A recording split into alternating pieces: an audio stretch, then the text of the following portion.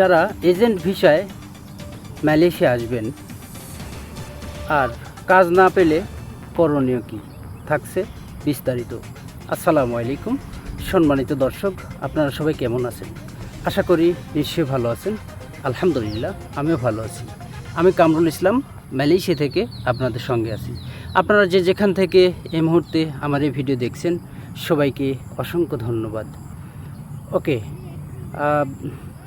যারা Malaysia calling ভিসায় আসবেন দুটো সিস্টেমে আসা যায়। একটা হলো সরাসরি কোম্পানি ভিসায়, আর কোম্পানি ভিসা আসলে কোম্পানির বস এয়ারপোর্ট থেকে কিন্তু রিসিভ করে কোম্পানিতে আনে। আর আরেকটি হলো এজেন্ট ভিসায়, অনেকে কিন্তু ফ্রি ভিসা বলি, আমরা বাংলাদেশে ফ্রি ভিসা হিসেবে জানি, কিন্তু এজেন্ট ভিসা। হ্যাঁ, তো এজেন্ট ভিসা আসলে তারা যদি কাজ না পায় তাহলে তাদের কী হবে বা তাদের করণীয় কী থাকছে বিস্তারিত। আর এ নিয়ে আপনাদের সঙ্গে কথা বলবেন ঝিনাইদহ থেকে মমিনুল ইসলাম মমিন ভাই। প্রিয় দর্শক, আপনারা সঙ্গে থাকুন আর দেখতে থাকুন। মমিন ভাইয়া, আসলে অনেক দর্শক কিন্তু এরকমটা প্রশ্ন করে থাকে যে ভাইয়া কোম্পানি ভিসায় গেলে তো আসলে কোম্পানির বসে আমাদেরকে রিসিভ করবে, আর যদি এজেন্ট ভিসায় যাই তাহলে আমাদেরকে কে রিসিভ করবে, বা আমরা যদি কাজ না পাই, যেমন কোম্পানিতে গেলে কিন্তু একটা বাপ মা থাকে, তাই না? আর হলো এজেন্ট ভিসা আসলে কিন্তু পাসপোর্ট ভিসা হাতে দেবে, তারপরে যেখানে খুশি সেখানে কাজে যাও, যদি কাজ না পাই তাহলে তাদের কি হবে? আপনি যদি এ বিষয়ে একটু দর্শকের উদ্দেশ্যে বলতেন। ভাই, যে প্রশ্নটা করেছেন আসলে অনেক গুরুত্বপূর্ণ একটা প্রশ্ন এবং বাস্তবিক একটা প্রশ্ন। বর্তমান পরিস্থিতিটি এই ভয়টা সবারই থাকে। আসলে মালয়েশিয়ায় কিন্তু আমরা সবাই কিন্তু এক নেতে আসি যে আমরা মালয়েশিয়া যাব, এয়ারপোর্টেতে বসেরা রিসিভ করবে, রিসিভ রুমে নিয়ে যাবে, দু একদিন রেস্ট দেবে, তারপর কাজ দেবে। এটাই কিন্তু সবাই। এখানে আসার পর এজেন্ট ভিসা কি কোম্পানি ভিসা এটা কিন্তু আমরা কেউ বুঝতে পারি না। তো আসলে মালয়েশিয়ায় অনেকে কিন্তু মনে করে যে ফ্রি ভিসা বলে কোনো ভিসা নেই। ভিসা হলো দুইটা আপনার, একটা হলো এজেন্টের আন্ডারে থাকে, আর একটা হলো বস বা মালিকের আন্ডারে যেটা থাকে, ফ্যাক্টরি কোম্পানির আন্ডারে যেগুলো। তো সবই কিন্তু মালিক আছে। আপনার এজেন্টে হলেও এজেন্টের ভিসাটা আসলে কেমন, যে এজেন্টরা বসের সাথে চুক্তি করে যে আপনার কোম্পানির নাম করে আমি লোক নিয়ে আসবো, বিনিময়ে তাদের ভিতরে একটা চুক্তি হয়। কিন্তু তারা কোম্পানিতে কয়েকটা ভিসা কেনে, যেমন মনে করেন যে 100 ভিসা কিনলে একটা এজেন্ট, কিনে তারা লোক পাঠালো, কিন্তু ওই লোকগুলো সে এই দেশের যে বসের এজেন্ট থাকে, এই দেশেও কিন্তু এজেন্ট আছে, বাংলাদেশেও এজেন্ট আছে, এই দুই এজেন্টের সমন্বয়ে কিন্তু লোক আসে মালয়েশিয়ায়।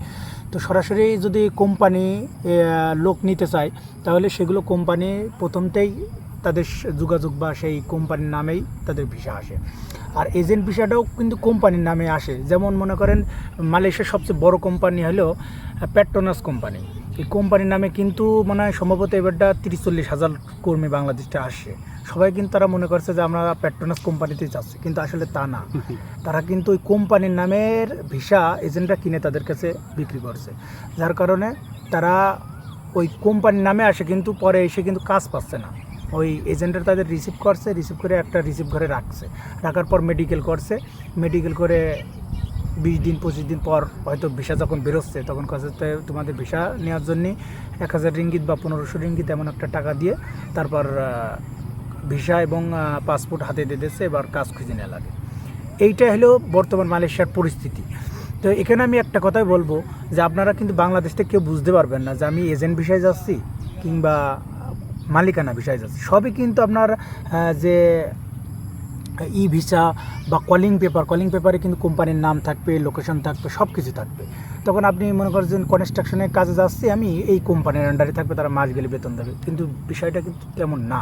সরাসরি কোম্পানিতে আপনি লেসছে কিনা এটা আসার পর বুঝতে পারবেন, যখন রিসিভ করবে তখনই বুঝতে পারবেন যে আপনি কোম্পানির লোক কি এজেন্টের লোক। তো এজেন্টের আন্ডারে যখন আপনি পড়ে যাবেন তখন তো আপনি একটা ঝামেলায় পড়ে যাবেন। বর্তমানে কিন্তু কাজের সংকট মালয়েশিয়ায় খুব, সুতরাং এজেন্টের আন্ডার পড়লে কিন্তু আপনার কাজে আপনি পাবেন না, কারণ কি তখন তো আপনার মালিক থাকবে না।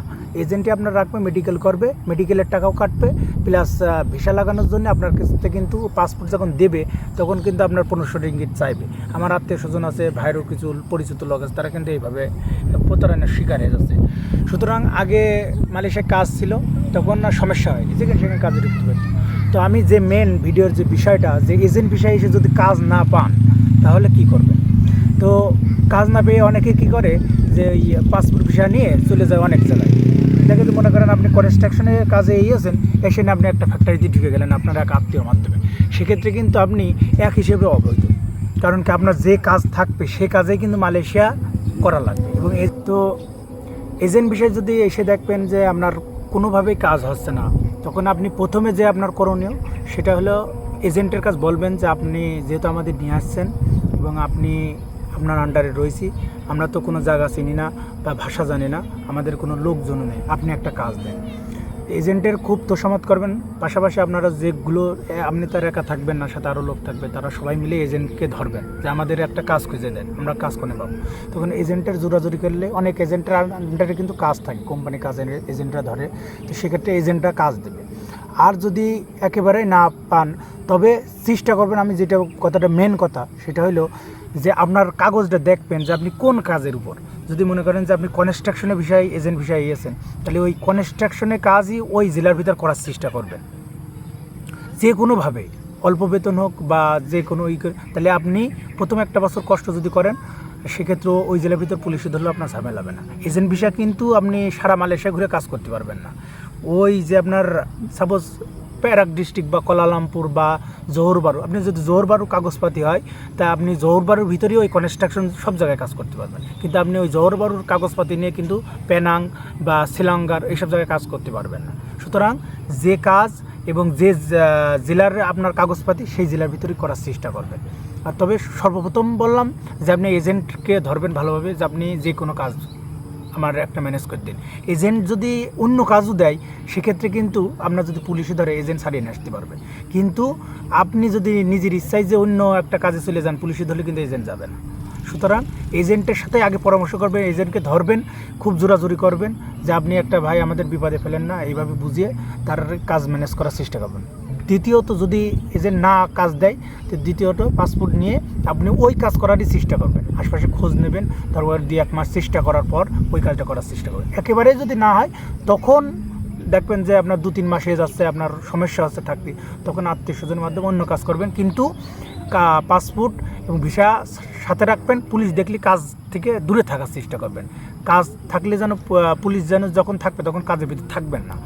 কাজ করাকালীন যদি পুলিশে ধরে তখন আপনি বিপদে পড়ে যাবেন, কিন্তু এমনি কোনো রাস্তাঘাটে বিপদে মানে এক কথায় পাসপোর্ট যে কোম্পানির নামে সেই কোম্পানিতে কাজ করলে সমস্যা নেই, কিন্তু অন্য কোনো কোম্পানিতে কাজের মাঠে যদি কাজের সময় পুলিশে ধরে ফেলায় তাহলে কিন্তু আপনাকে আপনার কাগজপত্র থাকলে সমস্যা। এই জন্য মালয়েশিয়ায় কিন্তু এটা নিয়ম, যে কোম্পানির নামে আপনার কাগজ থাকা লাগবে সেই কোম্পানির নামে কাজ করা লাগবে।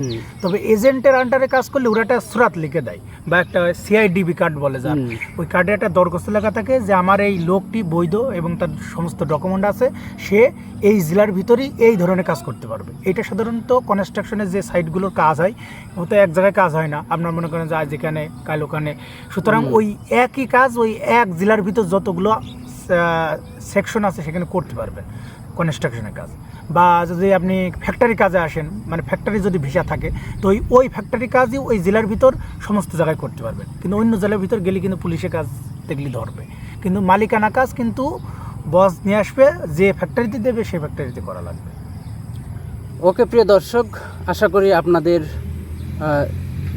আপনারা যা কমেন্টস করেছিলেন আসলে কমেন্টসে রিপ্লাই পেয়েছেন। অনেকের মনে এরকম হয় না যে আসলে আমরা কোম্পানিতে যাব তো আমাদের তো বাপ মা হবে বা বাপ মা আছে, যেমন আমরা যে কোম্পানিতে কাজ করি বস মানে আমাদের বাপ মা। এদেশে পুলিশ ধরুক আর যাই সমস্যা হোক বসে কিন্তু সারা নিয়ে এসে।